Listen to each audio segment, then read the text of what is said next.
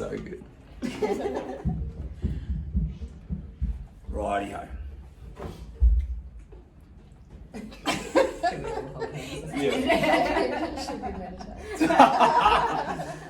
Hey guys, how are you? Jamie Milne here, the Real Jamie Milne podcast and JMTTv. This one is a cracker. I am honestly privileged and really stoked and thankful to be sitting here with these four wonderful women, amazing women, and they've got a very unique and somewhat incredible part of their lives and story to share with you guys. And being October and all the sober October type stuff floating around, I thought it would be appropriate and thought-provoking and even nurturing and supportive to talk about the subject of alcohol.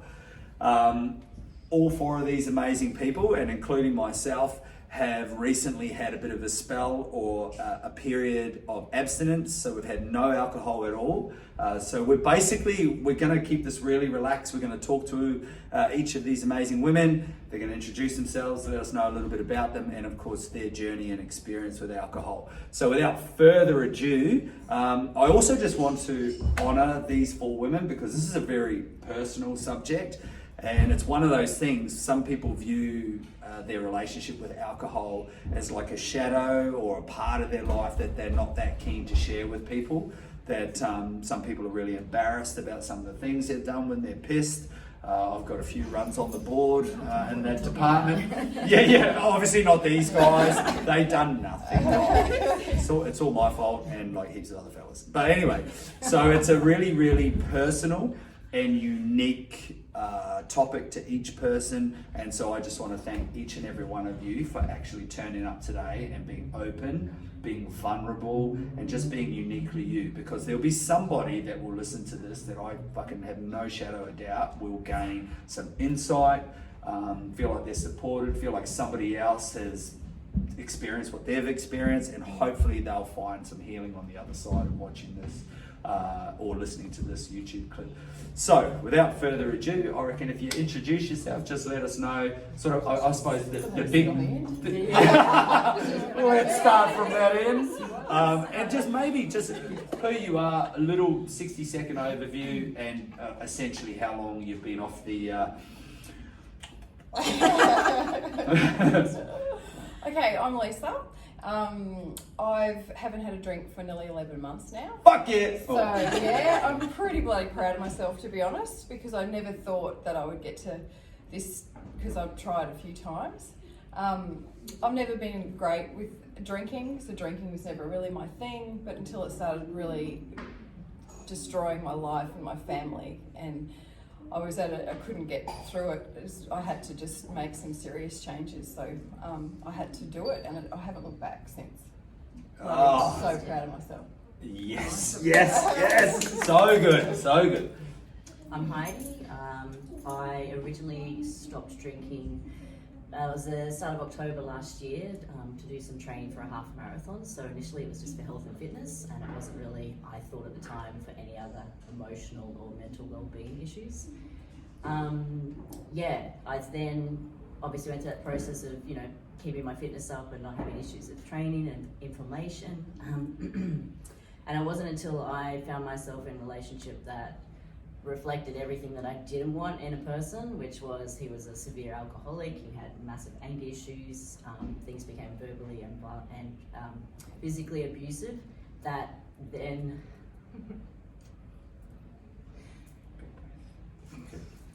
made me realise, oh crap. There's always one.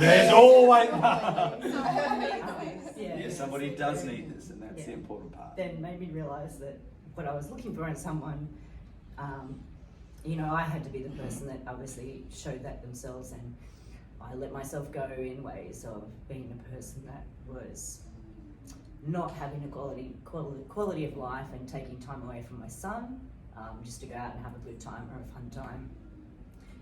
And losing a lot of so-called friends in the process, and then obviously finding who my real friends were. So, oh, well done, girl. That's awesome. Yeah. So good. Thanks for sharing. No, No, you didn't. Thanks for being so vulnerable and stuff. Matt? Hi, I'm Naomi. I've stopped drinking just over a year ago. Yes! 2 weeks How good is ago. that? My life was absolutely chaotic prior to not to giving up alcohol. I was a lot like your ex-husband, though.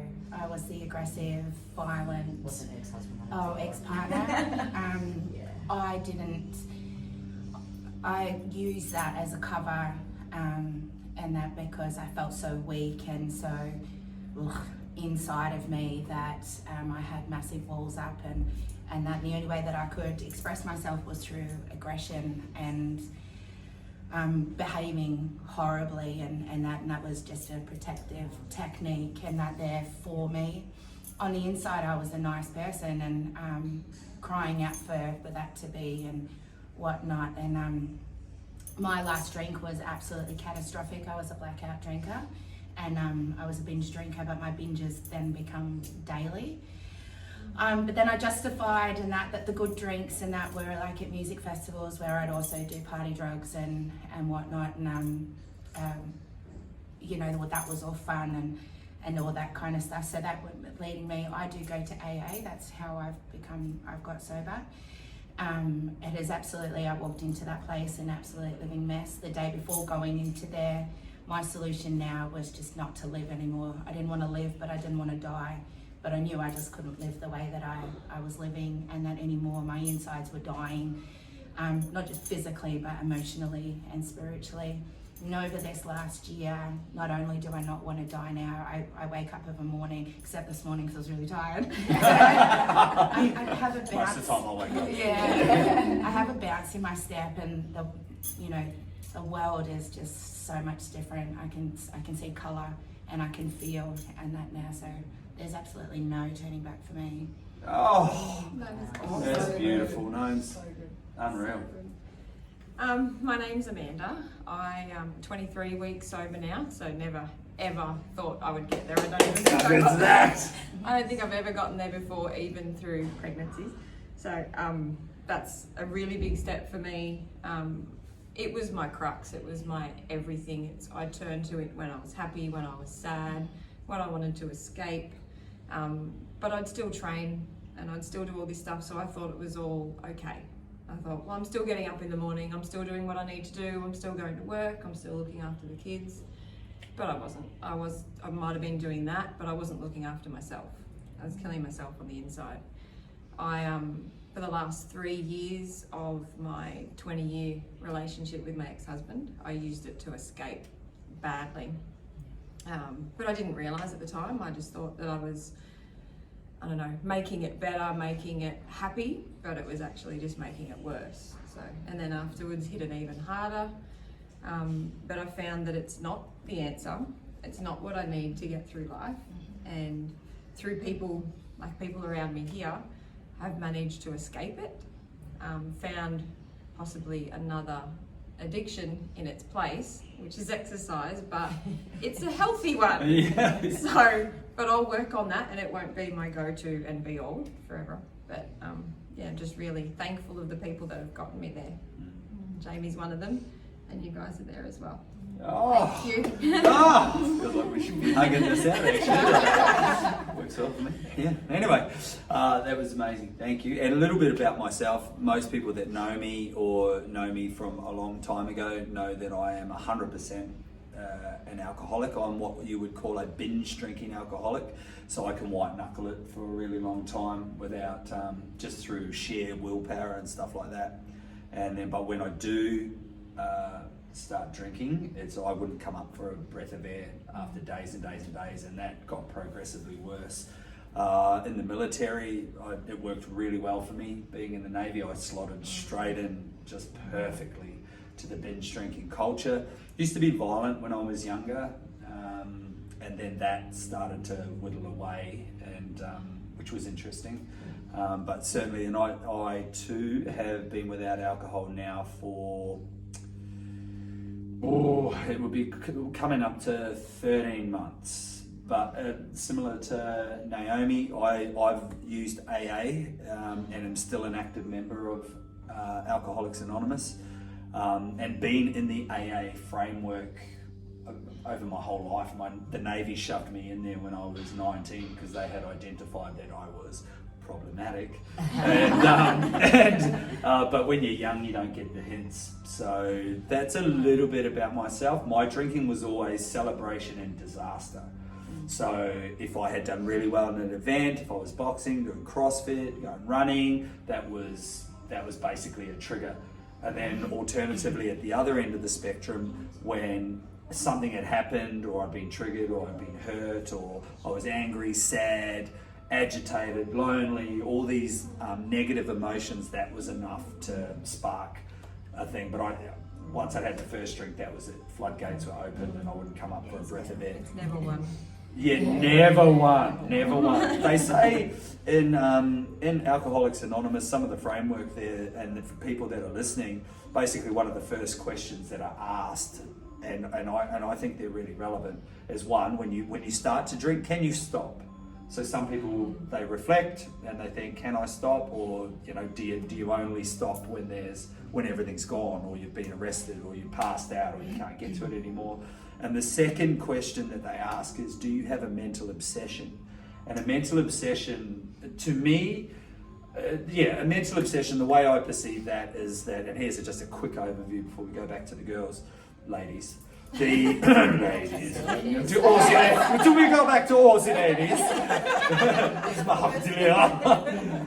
So they say the mental obsession is like, say I'm a plumber, right? Or I'm a tradie, and I'm finishing work, and I know it's getting about 2 o'clock, 3 o'clock, and that driver to the end of the day is like, oh, fuck, as soon as I get home. In fact, on the way home, I'm going to swing by Uncle Dan's and pick up a, I'll get myself a couple of beers, but I'll get a gin and tonic roadie or a bourbon and coke roadie. I'm going to get home and just chill out. I'm just going to chill out. It's been a hard day. And all you're thinking about and all that's exciting you and motivating you and driving you is the fact that you're going to have a drink when you get home. So that's a mental obsession of alcohol. So if you tick one of those boxes, what is that? It's my alarm. Sorry. We want Yolandi to turn it off. Yolandi, can you turn off your alarm? It's mine. Can you turn that off? Someone's alarm. Thanks, boys. That's how casual we are. There's kids everywhere. This is real. Yeah, this is the real stuff. Real life. People wouldn't understand. So that if you answer yes to one of those questions, that's usually a red flag. If you answer yes to 2 of those questions, then there's probably time for a little bit of reflection. So on that note, Lisa, we'll start with you. We'll keep this really short and sweet. We're mindful that you guys are all busy too. We're busy as well. It's the weekends, but I think it's really cool to cover this subject. So briefly, like an elevator type speech, what was the turning point? What was the point, the catalyst? And this is obviously very personal, so I'm very mindful. Don't feel like you got to rip all the skeletons out of the closet, but if there's one that you think that it could help somebody else, that'd be amazing. What was the catalyst to giving the booze away? What happened? I think for me, I turned really nasty, and I'm not a nasty person. I was eating my soul away, and the people that loved me the most in my life, my husband Tony, I treated him terribly. The people I took for granted, my kids were always there to support me, and I just think seeing them go through the hurt and me just really, I felt like I was a bit of a child really, just stamping my feet because I wasn't getting my own way.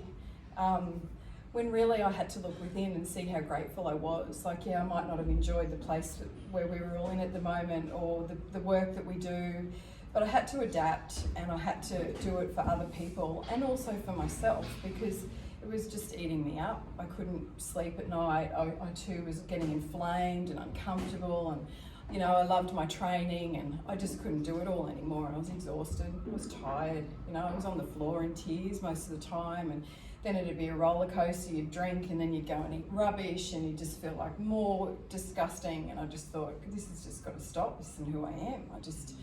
And I was tired of being mean. I was just tired of it. It takes more energy to be mean than to be happy and nice. And I wanted to give back. My kids, my everything. And we've worked hard in our business and I didn't want to see it all go away.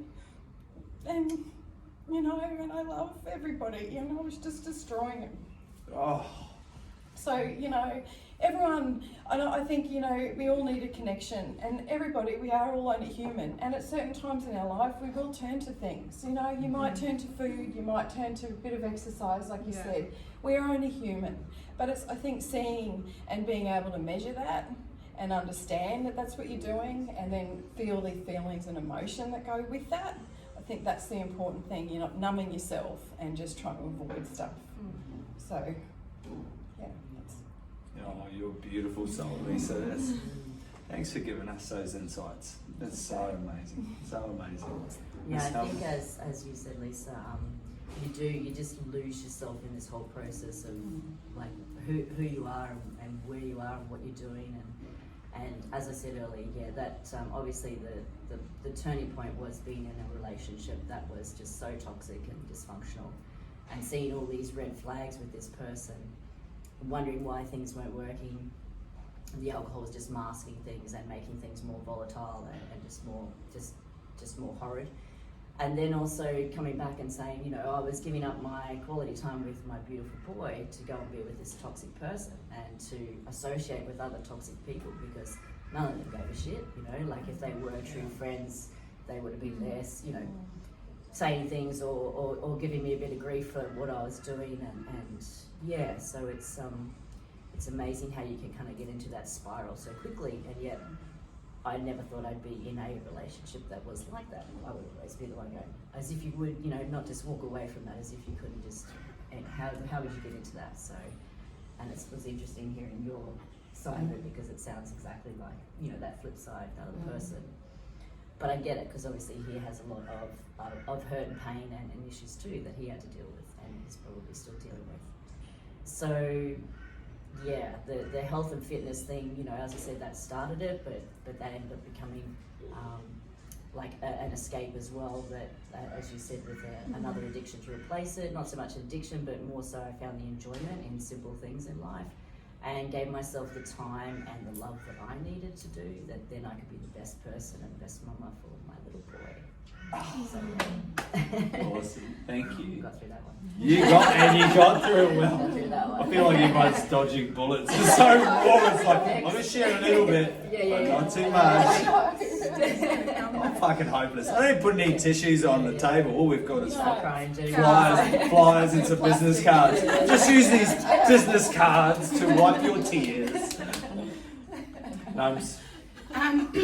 So the catalyst for me when it was totally over, I have two sons, one's 21 and the other's 18, and my 18-year-old is a lot softer and really, really gentle, and is going to a very reputable school, and he was on a music scholarship for playing music, and I was training up to Stedfords and stuff, having had 6 packs of rum and that to go there, because being in this amazing school and all this sort of stuff, it was me that I didn't feel like I was like them, and in reality I didn't want to be like them anyway, and that like I'm different, and I embrace that, but putting into these situations and so forth, and I could see him when he was looking at me, and that over time he was pulling away from me a lot, like in the way that he was, and that last drink he had friends over, and I just had a major surgery, and so I was doctor hopping to get oxys as well, and that, so I was pill popping, and I drank an obscene amount of alcohol that really should have killed somebody and put them into hospital. And I come out of a blackout. I started drinking this around lunchtime on the Saturday, and then I come out of a blackout in the morning of a Sunday because I continuously drunk. And I accused him of knocking furniture over and all this sort of stuff. And what it turned out was that it was me that had done it, and I'd caused this chaos in front of his friends. And he looked at me as though he couldn't stand the sight of me, and nobody felt safe around me. And that was that was it. I knew I was going to lose him forever if I didn't do something. And in regards to what you said about that, your partner, I can relate to that, because in my drinking and drugging and that, you know, in my warped, fucked up head, was I needed you to be miserable. I measured my success against your misery. So if I could beat you down into submission and to really fuck with your head and control you, it made me feel better about myself. But it did, because I felt like shit about me, and that, you know, but I felt better if you felt worse, and that, you know, and by me being in AA and by me going through all of this stuff and really seeing my controlling ways, and I knew that back then as well, because obviously I had to control you so that I didn't look or feel like shit, and I monitored and controlled who I was around, and I wore the mask and the costume around other people. And what I'm learning in that now, and you know, they say that you attract what you put out, and fucking A, shits that were around me. Now I sit here with these most amazing people. Well played. You're so amazing, especially you four. But I am. The relationships that I have in my life and that now are portrayed by what I'm putting out and all that kind of stuff, you know. So yeah, that's my story. Oh, love your honesty, Gnomes. That is just exactly, you know, what we need to hear. Everybody needs to hear. Beautiful, mate. Nanda? When you say about the attracting the people and who's around you, one of the things I worried about when I did give up was, well, is anyone going to find me fun anymore? Am I going to enjoy being around anyone? Are they going to enjoy my company? But I didn't realise that in that last 2 years before I gave up, I'd actually already inserted myself into a group of non-drinkers. I just never realised they weren't drinking. Because I said, oh, you know, I feel like we're not going to be able to do anything anymore. And they'd be like, do you realise you were actually only the ever one drinking? I went, oh, okay, well, that'll be easy. So I got myself into a right spot. Are you sure? Yeah, I'm like, you always had a cup. Yeah, it was coffee. That wasn't rum, that was coffee. Are you fucking sure? Espresso martini. Guys are fucking So I started to set myself up, I think, subconsciously before I was ready. I'd always joked about being the alcoholic in the group. Everyone had always joked about it with me. I didn't realise how much it overtook my life and how much it was my all. Someone asked me, was I dependent? And I said no, because I control it, I pour the drink. But then they said, okay, well, when you get home with the kids, do you do stuff with them first, unpack the car, or do you pour a drink? And I'm like, I don't want to talk it. I don't remember actually, I'm just going to go over here. So, but I did, I poured the drink first. And it wouldn't be until I'd had a few sips that I could deal with whatever was coming on. And I did the same. I drank to feel like I could fit in. But it just got steadily more over the last 5 years, more trying to escape, to get away from a mentally abusive relationship who constantly tore me down and told me I was worthless.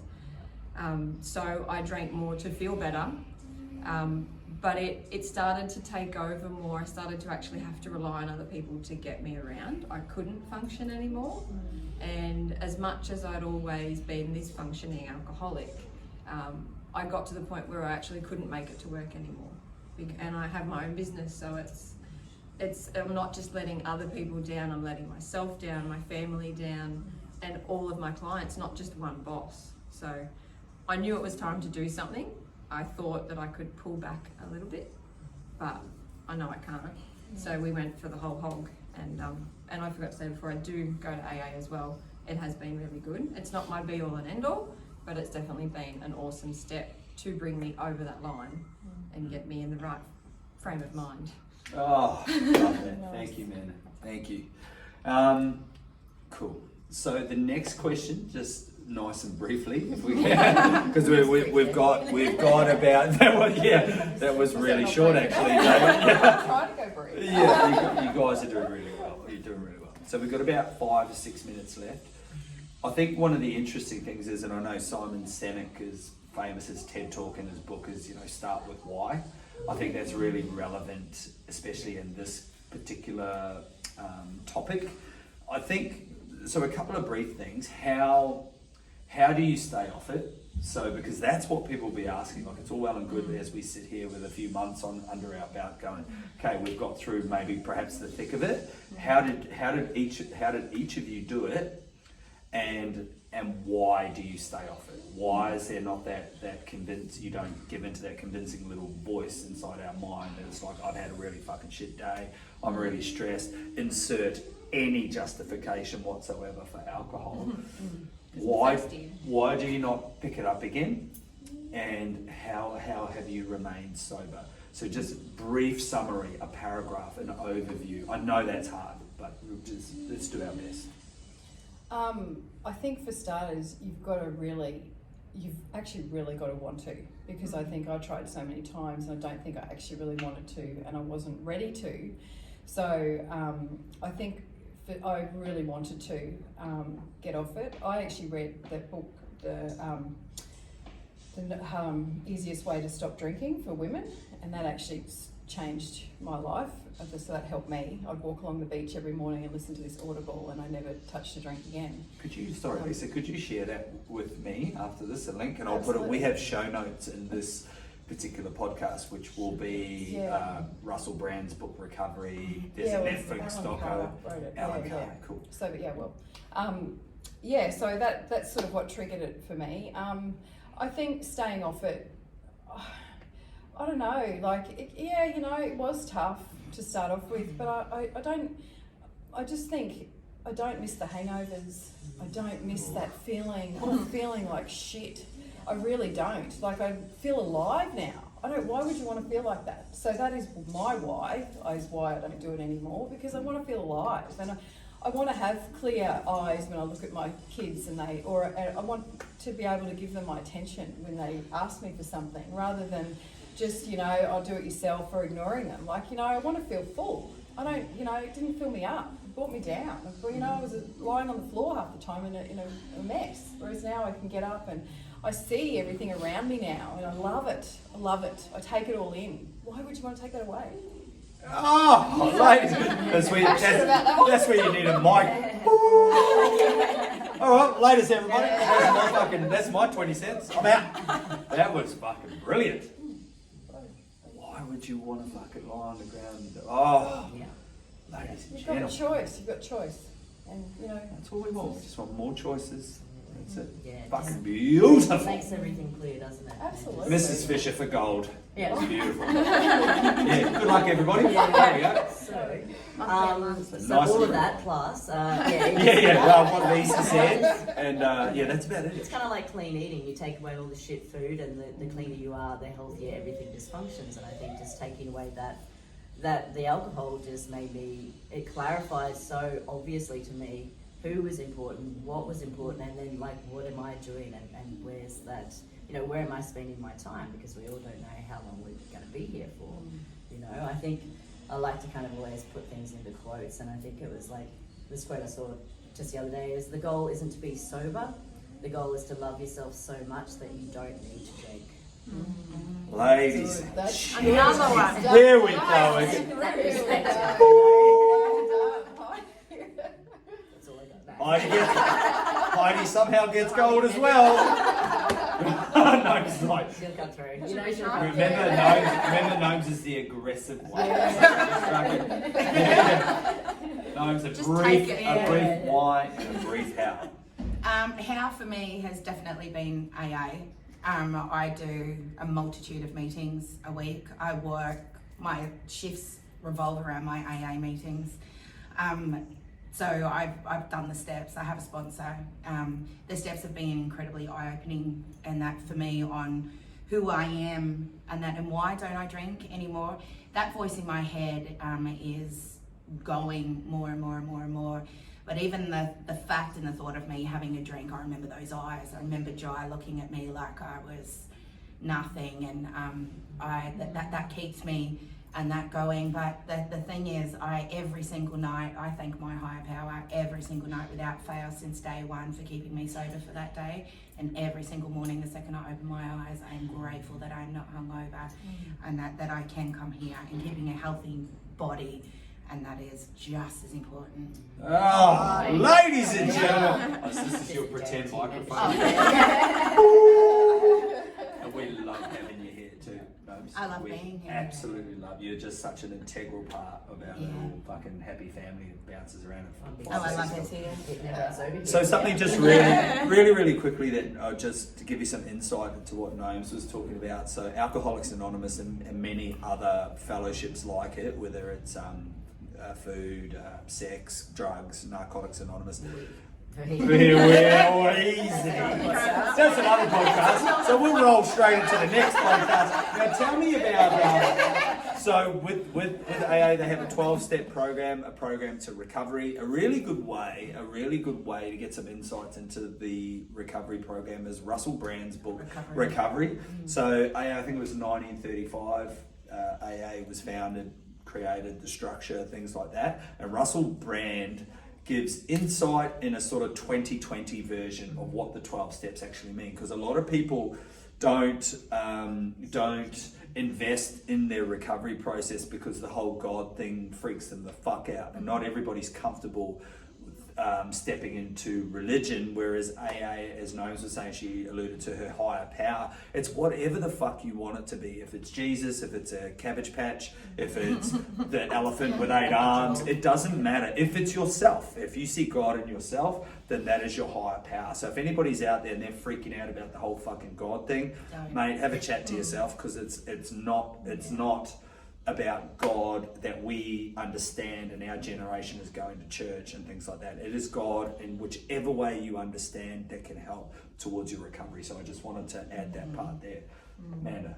AA was a really good way of going somewhere for me, as to how I managed to do it in the first place, to see that not that there wasn't something wrong with me, but that there was other people that had this issue as well, and to hear everybody else say it and just be like, wow, okay, so there are other people that feel this way and I can do it. If they're doing it, I can do it. I substituted, as I said before, the exercise. I probably do that a little bit too much. I need to find something that I can still do on a rainy, stormy day or when I've got to work. But I have really thrown myself into that, and my why is because I've realised after all this time that I can do it, that I can survive all this shit that the world throws at me without the alcohol. I never thought I could. I thought it was the only thing that saved me, that made me sane, but it just made me not feel it, and it just made it get so much worse. And now I've realised the same shit happens, probably even worse than it did before, but I'm dealing with it better because I'm seeing it through a sober brain and sober eyes and able to grasp it, and sober heart. That's right. I'm not as spiteful as I was before. It's the spitefulness, probably still a little bit. I'll still fuck some people up. I'll still definitely take some people, but I'm not spiteful. I'll choke you, but I'll be really fucking nice about it. I'll whisper gently in your ear. Thank you for letting me choke you. You were tired anyway. So helpful. Yeah. So nice of you, man. Shh. Yeah, that's it.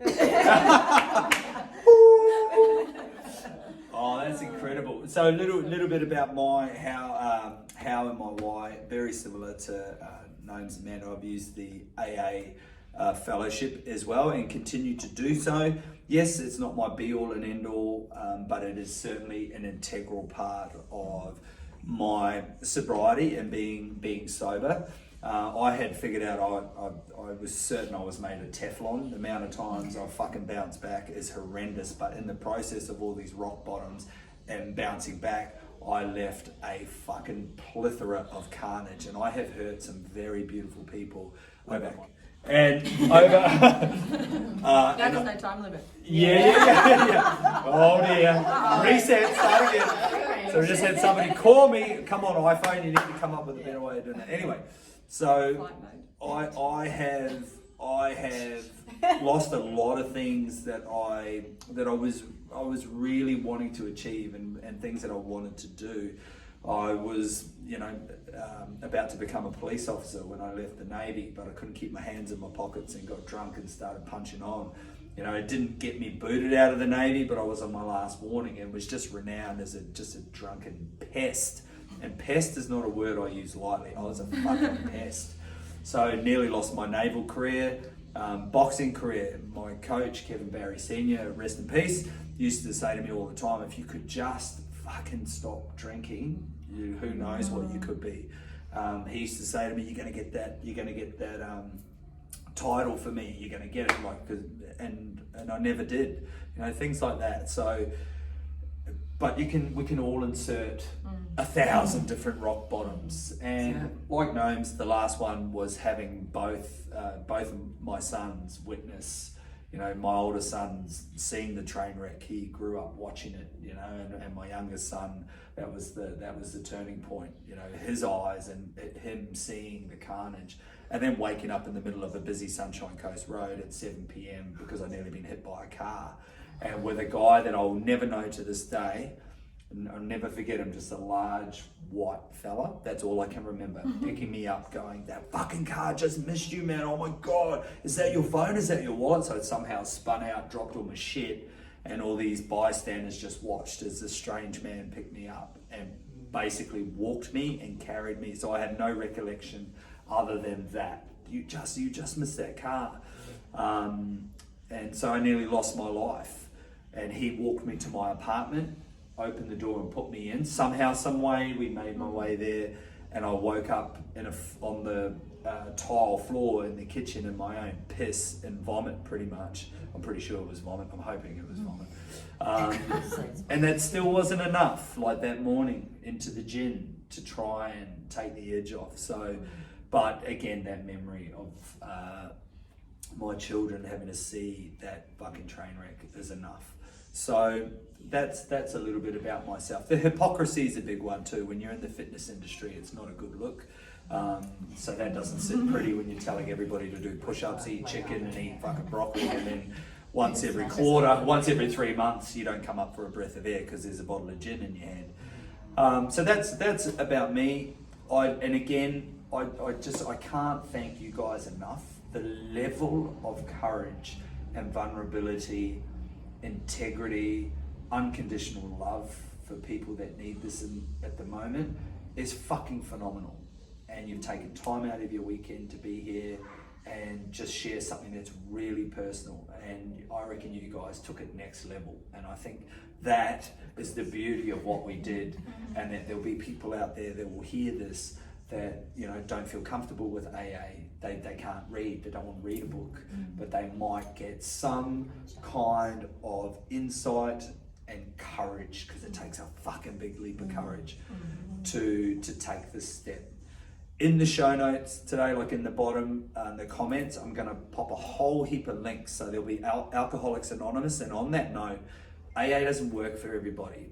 So for some people, there's a bit too much fucking hand holding and campfire songs and God, and that doesn't work for some people. That works for me. Love it all day long. There's a rawness to AA that can help people change.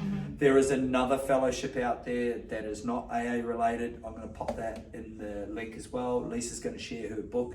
Recovery by Russell Brand is a fucking amazing book as well. I have a friend, Elaine, who is an Irish lady who's her message and her business is to help other females to become sober. I'm going to put Elaine's Naked Mind is really good too. Naked Mind, if you can share that with us. And also there was something else, there's a documentary on Netflix, The Truth About Alcohol. It's less than an hour.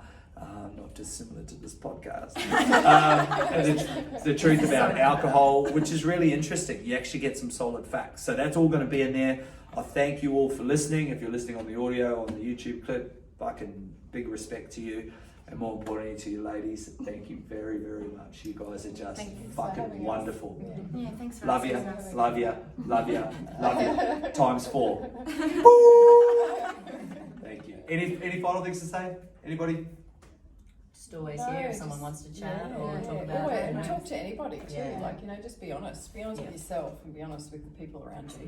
You know, And I don't think be the afraid. most important thing is just be sober for today. Yeah. And don't worry about being Yeah, sober for that's the rest right. of your life. Just get through Just today. get through today. Because the days add up. Absolutely. You're not alone. It's a massive first step, like you said. And you don't have to do it alone. You might only need one person, you might need a whole tribe of people. You got 5 people here. But yeah. Yeah. And by But you sharing can do it. And by sharing your truth and that I had no idea that you ladies were going through this. I knew these two were, but by sharing your truth, you have you have no idea. Yeah, Love no, those two. yeah, well, actually that little one, yeah, you gotta watch this. All right, ladies. Thank you very much for listening, team. Go well. Have a healthy October, and definitely that Chrissy period. Be healthy, happy, safe. Yeah. Love yous. Absolutely. Thank you. Thank you.